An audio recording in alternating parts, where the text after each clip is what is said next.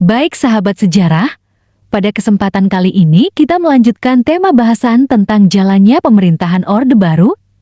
Yang akan kita bahas kali ini adalah langkah-langkah pemerintahan Soeharto dalam bidang politik dan keamanan. Penting untuk sahabat sejarah dengarkan karena isi materi ini memuat tentang langkah konkret pemerintahan Soeharto mengembalikan pemulihan dari semua aspek baik ekonomi, politik, keamanan, sosial budaya, dan aspek lainnya. Langsung saja kita ke materinya. Langkah perkembangan politik dan keamanan masa Orde Baru adalah: pertama, pemulihan politik luar negeri Indonesia yang bebas dan aktif. Kedua, pemulihan hubungan dengan Malaysia. Ketiga, kembali menjadi anggota PBB. Keempat, memprakarsai pembentukan ASEAN. Kelima, penyederhanaan dan penggabungan partai politik. Keenam, pemilihan umum. Ketujuh, pedoman penghayatan dan pengamalan Pancasila.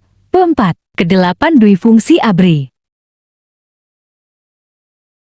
Kita bahas poin per poinnya. Pertama, pemulihan politik luar negeri Indonesia bebas aktif. Politik luar negeri Indonesia yang bebas aktif kembali dipulihkan dengan dikeluarkannya sejumlah ketetapan yang menjadi landasan politik luar negeri Indonesia. Kedua, pemulihan hubungan dengan Malaysia. Pemulihan hubungan Indonesia dan Malaysia dimulai dengan diadakannya perundingan Bangkok pada 29 Mei, 1 Juni 1966 yang menghasilkan perjanjian Bangkok. Selanjutnya, pada tanggal 11 Agustus tahun 1966 ditandatangani Persetujuan Pemulihan Hubungan Indonesia-Malaysia di Jakarta. Persetujuan ini ditandatangani oleh Edem Malik dari Indonesia dan Tun Abdul Razak dari Malaysia. Ketiga, kembali menjadi anggota PBB. Pada tanggal 28 September tahun 1966 Indonesia kembali menjadi anggota Perserikatan Bangsa-Bangsa PBB. Keputusan untuk kembali menjadi anggota PBB dikarenakan pemerintah menyadari banyak manfaat yang diperoleh Indonesia selama menjadi anggota.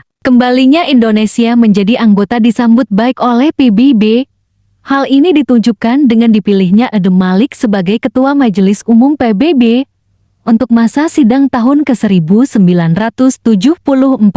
Keempat, ikut memprakarsai pembentukan ASEAN. Berdirinya ASEAN ditandai dengan penandatanganan Deklarasi Bangkok pada tanggal 8 Agustus 1967. Tujuan pembentukan ASEAN ini adalah untuk meningkatkan kerjasama regional, khususnya di bidang ekonomi dan budaya. Tokoh-tokoh yang menandatangani Deklarasi Bangkok adalah: pertama, Edem Malik, Menteri Luar Negeri Indonesia. Kedua, S. Rajaratnam, Menteri Luar Negeri Singapura. Ketiga, Tun Abdul Razak, Pejabat Perdana Menteri Malaysia. Keempat, Senet Koman, Menteri Luar Negeri Thailand. 5. Nartesko Ramos, Menteri Luar Negeri Filipina. Kelima, penyederhanaan partai politik. Pada masa Orde Baru, pemerintah melakukan penyederhanaan dan penggabungan, fusi partai-partai politik menjadi 3 kekuatan sosial politik. Penggabungan partai-partai politik tersebut tidak didasarkan pada kesamaan ideologi, tetapi lebih atas persamaan program. 3 kekuatan sosial politik itu adalah sebagai berikut. Pertama, Partai Persatuan Pembangunan PPP, yang merupakan gabungan dari NU, Parmusi, PSIG, dan PERTI. Kedua, Partai Demokrasi Indonesia PDI, yang merupakan gabungan dari PNI, Partai Katolik, Partai Murba, IPKI, dan Parkindo. Ketiga, golongan karya Golkar.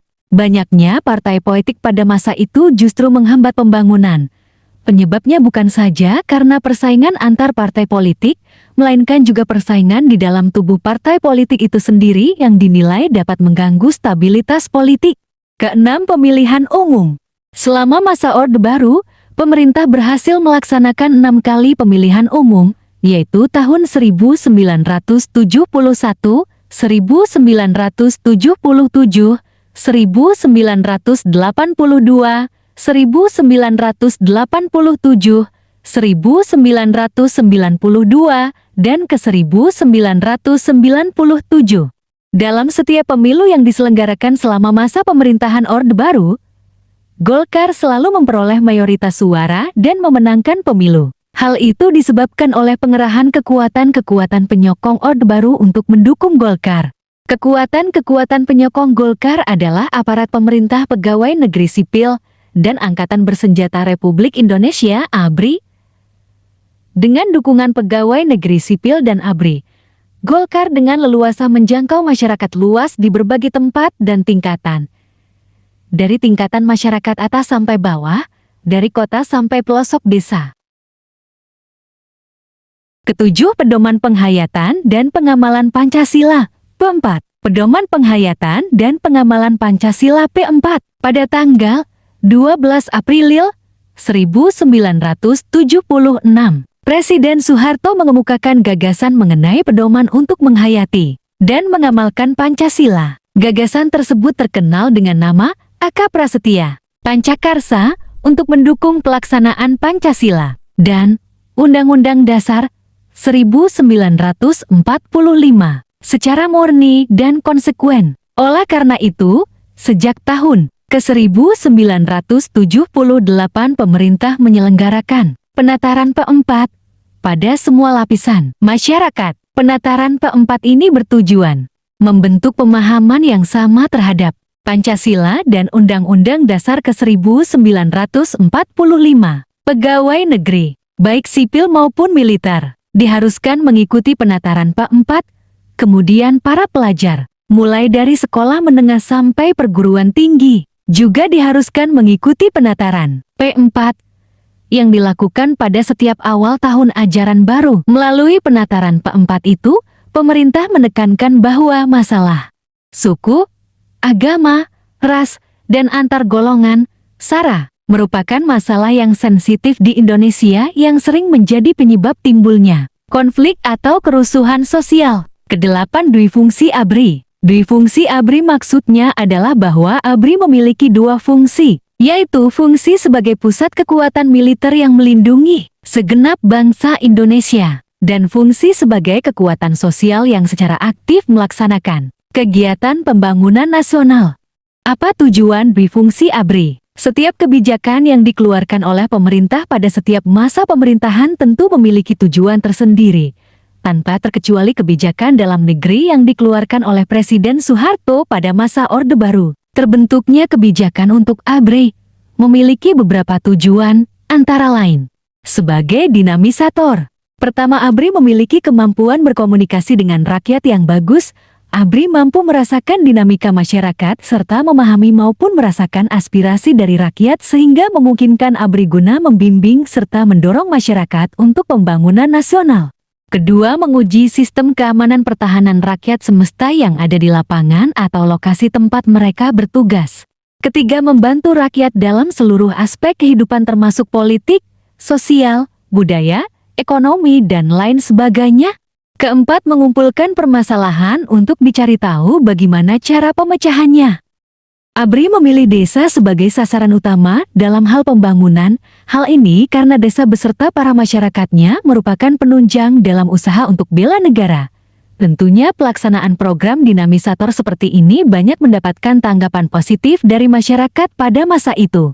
Sebagai stabilisator, Jenderal Abdul Haris Nasution, kesadaran yang tinggi yang dimiliki prajurit ABRI tentunya mampu menjadi penangkal efektif terhadap pengaruh negatif dari budaya dan nilai-nilai asing yang masuk ke Indonesia. Sifat ABRI yang cenderung realistis sekaligus pragmatis tentunya bisa mendorong masyarakat guna menanggulangi masalah-masalah yang berlandaskan kepada tata pilar nyata serta berpijak pada kenyataan situasi maupun beragam kondisi yang dihadapi. Jadi, dapat dikatakan bahwa ABRI sebagai stabilisator mampu mengutamakan nilai kemanfaatan untuk kepentingan nasional, kemudian nantinya rakyat akan mampu secara tepat waktu guna menentukan prioritas permasalahan serta sasaran-sasaran yang diutamakan. Kekaryaan ABRI ini merupakan bagian dari pelaksanaan duifungsi untuk mengkaryakan ABRI di bidang sospol. Bahkan bukan hanya itu saja, melainkan juga bidang sosial budaya, ekonomi, kerohanian, serta keagamaan.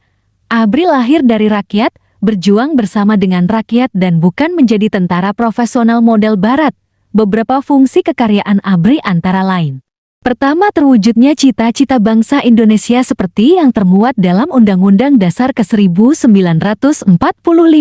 Kedua, tercapainya masyarakat yang adil serta makmur merata baik material maupun spiritual berdasarkan Pancasila serta Undang-Undang Dasar 1945 dalam wadah NKRI. Ketiga, tercapainya serta terpeliharanya ketahanan nasional dalam segala bidang sekaligus aspek kehidupan negara maupun rakyat Indonesia. Dampak dipakainya duifungsi ABRI adalah tidak lain adalah rasa nasionalisme yang tinggi dari para perwira anggota ABRI, sehingga mereka pun mempunyai rasa tanggung jawab guna melibatkan diri dalam politik guna menyelamatkan bangsa. Tentunya kebijakan duifungsi dilandaskan pada TAP MPRS nomor kedua tahun ke-1969 di bawah kepemimpinan Presiden Soeharto pada masa itu. Kebijakan yang keluar pada masa Orde Baru ini tentunya memiliki dampak tersendiri, namun berkurangnya jatah dari para warga sipil pada bidang pemerintahan karena sudah banyak anggota ABRI yang mendominasi pemerintahan saat itu. Ini kemudian memunculkan kecemburuan yang terjadi di lingkungan masyarakat Indonesia. Demikian materi sejarah tentang langkah-langkah kebijakan Presiden Soeharto di bidang politik dan keamanan. Semoga bisa memberikan wawasan baru dan manfaat. Terima kasih, sampai jumpa.